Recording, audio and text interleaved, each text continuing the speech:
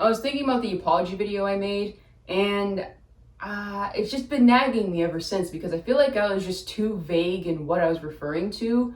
So in this video, I will be going into just how ridiculous my old beliefs were and what made them shitty to begin with.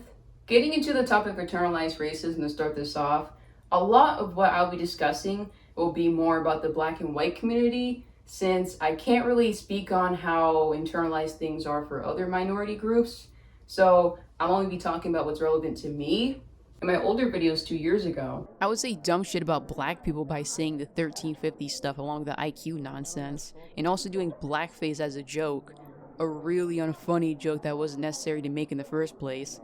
Everyone, can I have your attention? I'm here to talk about a pressing issue. It pertains to a certain 6-letter word that white people cannot say. Nuance? What? Nuance. That thing people can't seem to wrap their head around. No, I'm talking about the N-word. What, they ain't saying enough already? This is why police brutality happens. Man, fuck this nigga. Not the closeted Bitch behavior. ass fucking twink. Not the house slave talking. Essentially contributing to the black and black hate crime for the sake of... I really don't know. Claiming it was just comedy is just a thinly veiled excuse to belittle a group of people who are undeserving of that. Something like self-hatred when it comes to race is really... weird. What does saying negative things about your own race, or in my case, half my race, do for anyone? I understand giving constructive criticism about a community of people, but if that was seriously my intention, why was the criticism destructive instead? Not only I was dealing with this weird problem of like racial self-hatred, but there were and are other people dealing with this too. For example, I was talking about, race and dating with an older black person in my life because, that comes up. I said that I only really prefer to date minorities instead. Want to know how they responded to this? They took the part where I mentioned black people being a part of who I'm attracted to, then implied I can only like black men because of porn. Implying that someone can only like black men because of porn is extremely harmful. Another example of this ignorant behavior is this black guy was trying to explain why he likes white women, right? But in turn, he just ends up shitting on black women, saying that they have an attitude. Black women and women of color are always seen as more difficult and sassy, when in reality, they're just more outspoken about not wanting to deal with anyone's bullshit, which I guess is seen as masculine. Then you get into what features are considered masculine, when all women of different ethnicities have a varying amount of vocal range, shoulder width, jawline strength, mine's at 100, and how prominent your brow is. It's obviously not just a man thing, and some of those features increase in frequency when it comes to women of color. I've been told by white people before that I have a deep voice, but whenever I talk to a minority, I get told my voice isn't that deep at all. Hell, I've been straight up misgendered for my voice alone. Gabby, this is getting rather specific. This sounds like it's not only pertaining to race. Yeah, because when you acknowledge that masculine or feminine features can be placed on anyone, that includes trans people. But that's a topic for a future video. Returning to the race aspect of this video, the type of backwards thinking that self-hating American blacks have towards their own race when they masculinize black women and feminize light-skinned black men is fucking terrible. What do you think happens when you stereotype your own fucking race? You think that's gonna work out for you? The question is, how could people of color deal with racial self-hatred? I honestly don't know. Self-hatred is already more of a personal thing, but what happens when it's towards your own race? What then? Maybe stop representing black people as sassy, more masculine than any other race, and only good for diversity for whenever you need to appeal to a black audience, which actually appeals to white audiences. Same goes for a Latina woman being seen as too sassy, an Asian woman being infantilized to the point of borderline. Oh, what now, Gabby? You're gonna mention how the white people who cry about the white race being ethnically erased are the same people who end up with Asian women instead, which ultimately makes them a grifting hypocrite? I'm not there yet, and I have one more thing I want to say about racial self-hatred. I know there's issues within these communities, but if we're gonna have a conversation about racism, I think addressing and dealing with the self-hatred aspect of it would be the first step to make. I stopped hating the black part of myself because I stopped caring about the people who didn't care about me. But who are those people? Now to get to the white side of things, it's getting increasingly obvious that the whole thing of proclaiming yourself to be a white ally is more often than not performative, not only on the left side of politics, but on the right side too. This is where I think self-hating minorities get trapped by something like this. There's some extreme white people on the right side that have like these weird ideas about race. First off, they are convinced that you need to be a self-hating white person to be accepted by people of color. Damn it! They caught us. You do have to hate your own race to be accepted by black people. Wait a minute, didn't we talk about this in the last section? Wait, did we? Did we talk about that yet? No, that's later in the video. It's gotten rather obvious that being a self-hating white person screams performative. It's the same guy who yells into the void about how much of a feminist he is until it comes out he's abusive and manipulative with women. Well, it's a good thing this sort of grifting behavior can only happen on the left. Right? The other idea extremists have is this white replacement theory. Essentially, the ethnic elitist Jews of the world wish to eradicate white people and their white identity. Oh no. How do ethnic Jews get away with it, man? By being white passing. What? I thought white privilege wasn't...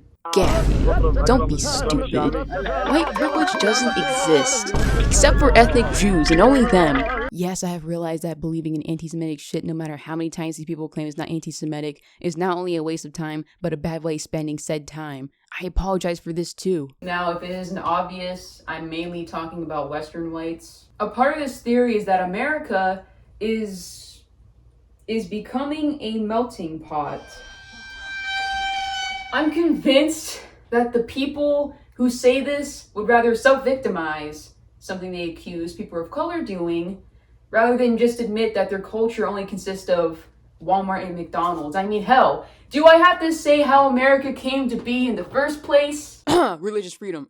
It's highly entitled behavior coming from, well, people who are kind of known for that. Obviously not talking about every single Western white person ever, just the ones who hold these beliefs.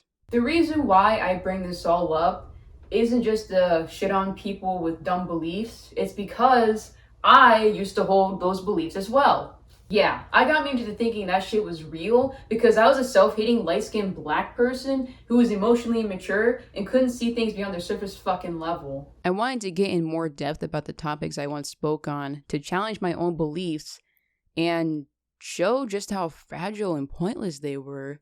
I do realize that no one cares about this like I do, but the idea of posting that dumb shit on the internet and never being like, hey, I no longer hold these beliefs because I realized how pointless and harmful that shit was. Before I move on to the next topic, I want to go a tad deeper into this weird trend of white saviors. Whether they act like white saviors for people of color or for other white people. Yeah, I think when I put it like that, it describes a lot of what's happening in politics for the left and right side. For example, the white saviors for white people are just so worried about the refugees from mainly Muslim countries raping women in France. And this concern seems like it's coming from a place of genuinely caring about the safety of women. Right? You think that until you realize they only point out the crimes against women when the people are of different culture. God fucking damn it. If they did care about rape so much, they wouldn't be the same people who blame women for getting drugged and raped because they had revealing clothing, right? They couldn't be the same people who... Oh my fucking god, so close yet so very far right. Yeah, let's blame the victim of rape instead of the perpetrator who raped them. Let's really focus on women showing less skin rather than teaching men, hey, maybe you shouldn't sexually or physically assault anyone. This especially gets insane whenever a priest gets outed as a pedophile because it isn't, oh my god, there's a pedophile in the church? We should do something about that. It's, no, the media is just trying to make Christians look bad. So close, yet so very far right! Right, the media hasn't portrayed other cultures and religions to look bad at all. Just white, God-loving, pure little Christians. Obviously, I'm not saying that all Christians are bad, because that's an over-exaggeration, and also because I'm Christian.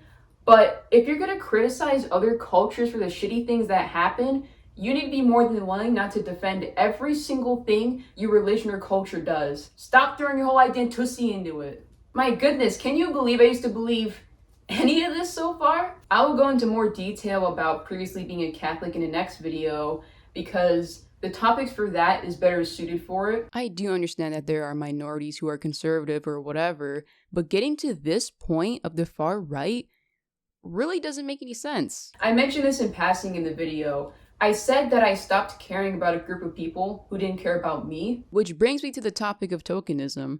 Pointing out that this is a thing to begin with when it comes to the right side of politics is bound to make people upset, since it shows just how much reliance they have on LGBT or non-white voices like Blair White and Candace Owens, even though they're both grifters. It's funny because I was called a grifter at some point. Do you think I could just say that I was, so I don't have to be held accountable for the terrible shit I said? Unfortunately, I wasn't grifting, so it's okay, white knights for the white race. I was one of the good ones. You know, a self-hating black who lets you diminish the character of black people for the sake of freedom of speech and comedy. It would be a joke, a rather bland one, if the satirical thing you said didn't just so happen to align with your beliefs. But of course, if you say that certain people use satire just so they don't get in trouble or outed as a shit person, then you're just a joke police, not the person pointing out how bullshit these people are, which also applies to when some fake white left-wing ally gets called out for being bogus and then they cry cancel culture as if they weren't role-playing as one of the good white people. This country is the laughingstock of the world, and me perpetrating far-right white ideals did not help with that, and I apologize for that. So what can a person of color do? The best idea I have is to get a third party and hope people support it. But the likelihood of that is next to none since rich people contribute to lobbying, which keeps the money centralized between the two parties, which continues to increase the tension in the country. TLDR, this two-party system is trash! Kidding! I'm just kidding, alright? Totally not gonna do that. Yet. And again, I'm sorry that I contributed to this, even if it was in a small way. I think the only real solution I could think of is just to focus on you and your community. None of these popular political figures will do something of that much significance because they don't care about you. They only care to make a profit off of you.